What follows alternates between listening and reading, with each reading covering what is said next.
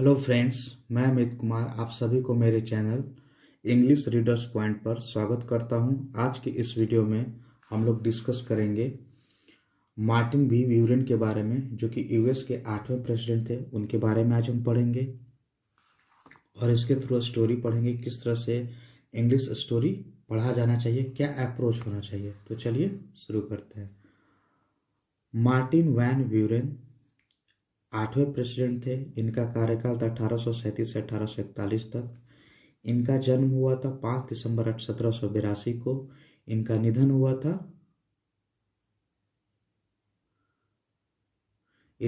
हुआ था 24 जुलाई 1862 को। पॉलिटिकल पार्टी था इनका डेमोक्रेटिक। आपसे एक सवाल है कि डेमोक्रेटिक पार्टी का सिंबल क्या था, यह हमको बताइएगा कमेंट बॉक्स में। वाइस प्रेसिडेंट इनके अंडर में थे रिचर्ड एम जॉनसन। चलिए शुरू करते हैं। Why is the 8th president of the US often called as a little magician by the people? चलिए, why क्या है यहाँ पर? एडवर्ब है, रीजन पूछता है और यहाँ पर इस सेंटेंस में एडवर्ब के रूप में आया है। Why is the 8th president of the US often called? ऐसा क्यों है कि यूएस के जो 8वें प्रेसिडेंट हैं उनको अक्सर कहा जाता है एज लिटिल मैजिशियन। एज यहाँ पर क्या है? प्रीपोजिशन है। एज का मतलब क्या होता है? के रूप में। लिटिल मैजिशियन के रूप में बाय द पीपल, लोगों के द्वारा। यूएस के 8वें प्रेसिडेंट को अक्सर लिटिल मैजिशियन क्यों बोला जाता है? क्वेश्चन मार्क है। WH क्वेश्चन हम लोग पढ़ते हैं। आगे आते हैं। मार्टिन वैन ब्यूरेन कॉमा है the 8th president of America was called little magician by the people.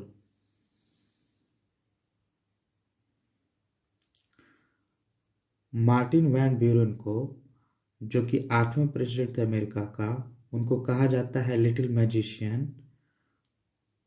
Bye the people, लोगों के द्वारा। He certainly did not make a rabbit vanish. ये सही है या ये निश्चित है कि वो क्या करते थे? रैबिट को वैनिश गैप कर देते थे। ऐसा नहीं था कि he certainly did not make a rabbit vanish. वो वैनिश मतलब क्या होता है? गैप कर देना किसी चीज को। मेक, और यहाँ पर क्या है? नाउन है और इसके बाद क्या है? वर्ब है। मतलब इसका मतलब क्या होता है? किसी चीज को करवाना, किसी चीज को गैप कर देना। यहाँ पर हम लोग सेंस क्या बनेगा? डिड नॉट मेक पास्ट में है। मेक अ रैबिट वैनिश माने वैनिश को गैप नहीं कर देते थे। डिड नॉट है। He certainly did not make a rabbit vanish. वह वास्तव में रैबिट को वैनिश मतलब गैप नहीं कर देते थे। बट यहाँ पर क्या है? कंजक्शन है। He was a friendly cheerful person who knew how to work with people and how to get things done। और who किसके लिए आया है? चेयरफुल पर्सन के लिए आया। तो चेयरफुल पर्सन कौन थे?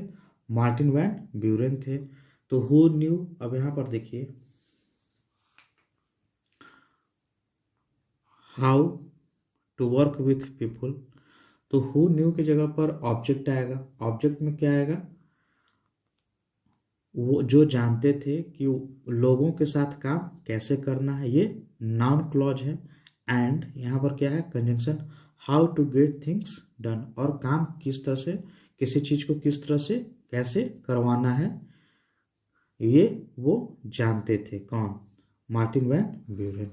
आगे आते हैं। As a young leader, young leader के रूप में, एज प्रीपोजिशन है। Martin showed an active interest in politics and law. Martin ने क्या किया? मार्टिन दिखाते थे, मतलब कि एक एक्टिव, मतलब कि दिलचस्पी था। एक्टिव मतलब होता क्या कि एकदम स्वयं एक्टिव रहते थे, मतलब एकदम किसी चीज को करने के लिए एकदम उत्सुक रहते थे। इंटरेस्ट था उनको पॉलिटिक्स में और लॉ में। बाय 1827 1827 तक क्या हुआ? Martin Van Buren had emerged as a principal northern leader. 1827 तक क्या हुए थे? 1827 आते आते मार्टिन वैन ब्यूरेन जो थे, इमर्ज मतलब क्या होता है, प्रादुर्भाव होना या उभरना, उभर चुके थे। एज क्या है, फिर प्रीपोजिशन है। अ प्रिंसिपल नॉर्दर्न लीडर, एक जो उत्तर का क्षेत्र था यूएस का, जो नॉर्दर्न अमेरिका था, उसके एक प्रिंसिपल मतलब कि मुख्य नेता के रूप में वो उनका प्रादुर्भाव हो चुका था या उभर चुके थे। President Andrew Jackson appointed him as the secretary of state. President Andrew Jackson जो है, उन्होंने अपॉइंटेड हिम किसके लिए आया है, मार्टिन वैन ब्यूरेन के लिए। मार्टिन वैन ब्यूरेन को एंड्रयू जैक्सन प्रेसिडेंट थे, उनको एज किस रूप में अपॉइंट किया था, नियुक्त किया था, सेक्रेटरी ऑफ स्टेट के रूप में। आगे आते हैं। Van Buren was chosen for the position of vice president during Jackson's second term. Van Buren जो थे उनको चुना गया, was chosen मतलब क्या होगा, पैसिव मीनिंग दे रहा है, पैसिव मीनिंग है, उनको चुना गया फॉर द पोजीशन, किसके लिए, वाइस प्रेसिडेंट के लिए। ड्यूरिंग क्या है, प्रीपोजिशन है, किस समय, किस दरम्यान, जब जैक्सन का सेकेंड टर्म था, माने जब जैक्सन दूसरी बार जब राष्ट्रपति बने थे, तो मार्टिन वैन ब्यूरेन को क्या किया गया था, उपराष्ट्रपति के लिए चुना गया था। ही किसके लिए आया है, वैन ब्यूरेन के लिए आया है। He was elected as president in 1836 with Jackson's support. उनको फिर देखिए यहाँ पर क्या है, elected, he was elected, passive sense है, उनको चुना गया प्रेसिडेंट के रूप में, एज आया है, के रूप में प्रीपोजिशन है 1836 में, विथ क्या है, प्रीपोजिशन और जैक्सन सपोर्ट, मतलब कि उनको प्रेसिडेंट के रूप में चुना गया 1836 में, और उसमें इसका सहयोग किनका मिला, जैक्सन के सपोर्ट से। जैक्सन कौन थे, जो पहले इनके अंडर में वाइस प्रेसिडेंट थे, वैन ब्यूरेन के जैक्सन के अंडर में क्या थे, वाइस प्रेसिडेंट थे, और जैक्सन उस समय क्या थे, प्रेसिडेंट थे। तो जैक्सन इनको सपोर्ट किया, उसके चलते क्या बने, प्रेसिडेंट बन गए। शॉर्टली आफ्टर, देखिए यहाँ पर इसको ध्यान दीजिएगा, shortly after Martin Van Buren was sworn in as president. Sworn in का मतलब क्या होता है, के रूप में शपथ लेना, ठीक है, एज प्रेसिडेंट। एज यहाँ पर क्या है, प्रीपोजिशन है यहाँ पर। सॉर्न का मतलब होता है शपथ लेना। ठीक उसके बाद, ठीक बाद किसके, जैसे ही मार्टिन वैन ब्यूरेन शपथ लिए प्रेसिडेंट के रूप में, the country was in the midst of turmoil.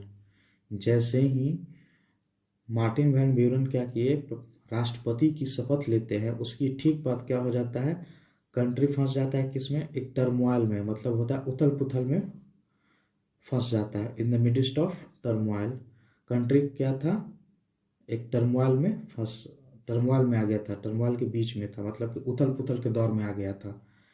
It was 1837, यह 1837 का समय था। The banks all over the country started failing, और बैंक्स जो थे ऑल ओवर द कंट्री, मतलब कि देश के जो सारे देश के जो बैंक थे वो क्या हो गए, फेल करना शुरू हो गया, मतलब कि उनका परफॉर्मेंस खराब होने चला गया, और वो उनका बिजनेस खराब होते चला गया। फेल यहाँ इन द सेंस क्या, कि वो मतलब बंदी की कगार पर पहुंच गए बैंक सारे। उसके बाद अब इसके बाद जब बैंक बंद होता है, तो उसके बाद देखिए, many people lost their jobs, बहुत सारे लोगों ने क्या किया, अपनी नौकरियां खो दी। अब यहाँ देयर जो आया है किसके लिए आया है, मेनी पीपुल, पीपुल के अनुसार ऑब्जेक्ट इसका क्या है, ये ऑब्जेक्ट में पीपुल के अनुसार इसका आया है। फॉर अबाउट 5 years, लगभग 5 साल तक, the United states were affected by the worst depression so far in its history. लगभग 5 साल तक यूनाइटेड स्टेट जो था अफेक्टेड था, किसके द्वारा, वाज अफेक्टेड, प्रभावित था, by the worst depression so far in its history, अभी तक के यूएस की हिस्ट्री में जो था सबसे वर्स्ट डिप्रेशन का मतलब होता है मंदी के दौर में आ गया था, मतलब सबसे खराब मंदी के दौर में यूनाइटेड स्टेट प्रभावित रहा 5 साल तक। इसके बाद आ जाइए नीचे। People started blaming Van Buren for the bad times. Started के बाद कभी भी आएगा वर्ब हमेशा, तो ये वी फॉर्म आएगा, V4 आएगा, माने ING फॉर्म में वर्ब आएगा। People started blaming Van Buren for the bad times, और लोगों ने क्या किया, ब्लेम मतलब कि दोषारोपण करना शुरू कर दिया वैन यूरेन को। किसके लिए, जो ये खराब समय आया था उसके लिए दोष किसको देने लगे लोग, वैन यूरेन को। दो, देखिए अब दो क्या है यहाँ पर, कंजक्शन है, ठीक है। इसके बाद जैसे देखिए कंजंक्शन दो के बाद अगर दो सेंटेंस आता है तो दोनों सेंटेंस में से दोनों एक दूसरे का कंट्रास्ट रहता है। अगर एक कुछ निगेटिव कहेगा तो दूसरा पॉजिटिव कहेगा, अगर दूसरा सेंटेंस पॉजिटिव कहेगा तो पहला वाला सेंटेंस निगेटिव कहेगा। तो देखिए अब दो वाले क्या है, दो कंजंक्शन, तो इसके बाद क्या आएगा, एक पूरा क्लॉज आएगा। क्लॉज इन द सीधा सीधी भाषा में इसको कहिए तो एक सेंटेंस आएगा। तो देखिए ये सब्जेक्ट है, ये वर्ब है।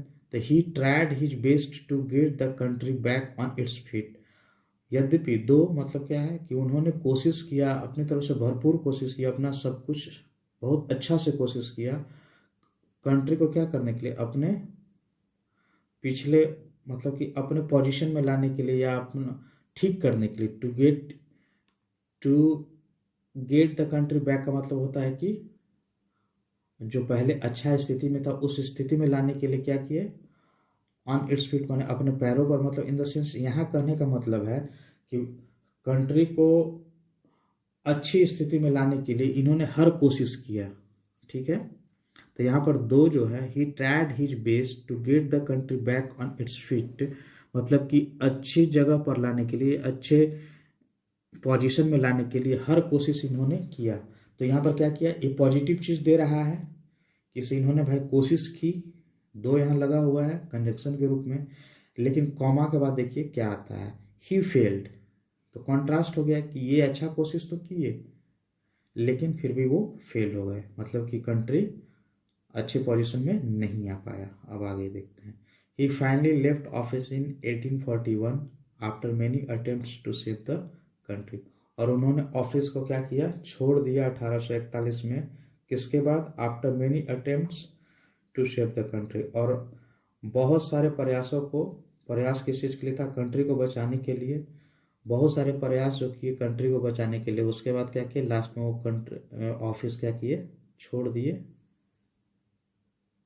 फाइनली यहाँ पर क्या है, एडवर्ब है, लेफ्ट क्या है, वर्ब है। तो बहुत सारे प्रयास किए कि कंट्री बच जाए, लेकिन कंट्री रिसेशन के दौर से, मंदी के दौर से बाहर नहीं हुआ। और इसके बाद क्या किया, अंतोगत्वा उन्होंने ऑफिस का परित्याग कर दिया 1841 में। तो फ्रेंड्स यही था आज की कहानी में, कुछ कुछ ग्रामर का कॉन्सेप्ट था जो मैंने आपको दिया है, और आशा करते हैं कि इससे आपको कुछ प्रॉफिट मिला होगा, कुछ सीखने को मिला होगा। और हाँ, मैं इसका सीरीज जो बाइडेन जो अभी की यूएस के करंट प्रेसिडेंट है, वहाँ तक मैं 1 बाय 1 सारे प्रेसिडेंट का आपको बताऊंगा, और उस स्टोरी से, क्या स्टोरी को पढ़ना कैसे है, क्या अप्रोच होना चाहिए। और इसके थ्रू आप दो चीज़ें जानेंगे, आपको ग्रामर का नॉलेज होगा, स्टोरी किस तरह से पढ़ा जाता है, और दूसरा एक यूएस के प्रेसिडेंट के बारे में आपको पता चलेगा, जॉर्ज वाशिंगटन से लेकर जो बाइडेन तक। तो थैंक यू फ्रेंड्स, अगर आपको अच्छा लगा तो लाइक कीजिए, शेयर कीजिए, और हाँ सब्सक्राइब जरूर कीजिए। Thank you very much.